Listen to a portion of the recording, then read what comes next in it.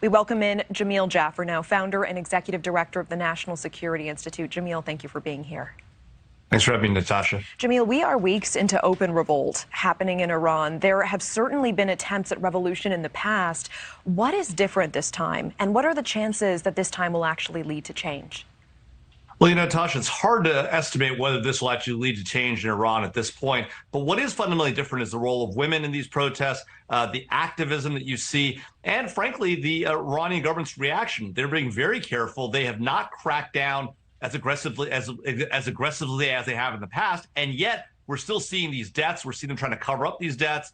And we'll see what happens going forward. But these are long-standing. They've gone on now for 2-3 weeks. That's a long time. They're not as large as the protests that took place during the Green Revolution, or the ostensible Green Revolution, or even in 1979 during the actual 1979 revolution. But they are significant, and the role of women is critically important in this battle with the Iranian government. I mean, when you talk about propaganda in Iran, the U.S. has long been called the big Satan by the regime, Israel called little Satan.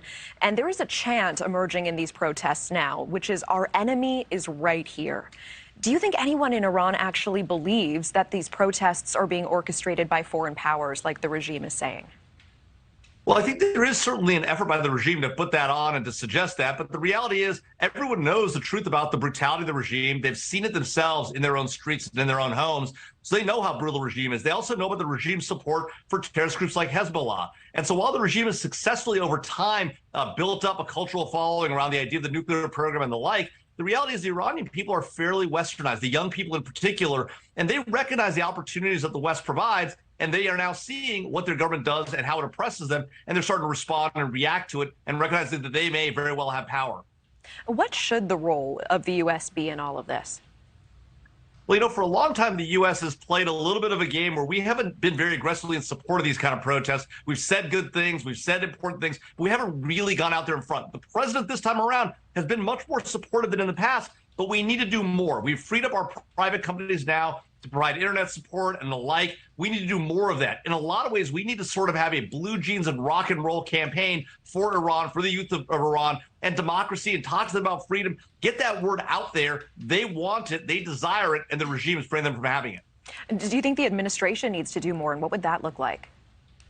Well, I think the administration could put a lot more money, a lot more effort into supporting the efforts of protesters. They can make clear that we're supporting outside efforts, not inside of Iran, but the support of the protesters that are out here and their supporters here. And at the end of the day, we need to be broadcasting in Iran. We need a much more aggressive effort into Iran to show them that we support them. We've stayed back on that quite a bit, in part because the administration is looking to do a nuclear deal and the like, and that makes it hard to fight the government and try to do a nuclear deal with them. I mean, absolutely. You bring this up. I mean, behind the scenes, there's work continuing to be done on this possible nuclear deal. Can a deal be reached during these violent protests?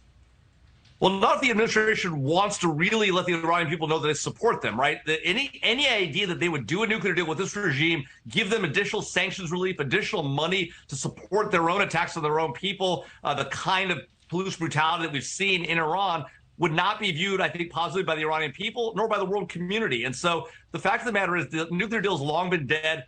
What's being negotiated isn't likely to be successful. At the end of the day, they should probably abandon hopes for a nuclear deal and put pressure back on the regime to try and crack it with the sanction pressure that the prior administration had in place. All right, Jamil Jaffer, certainly appreciate your insight and time. Thank you so much.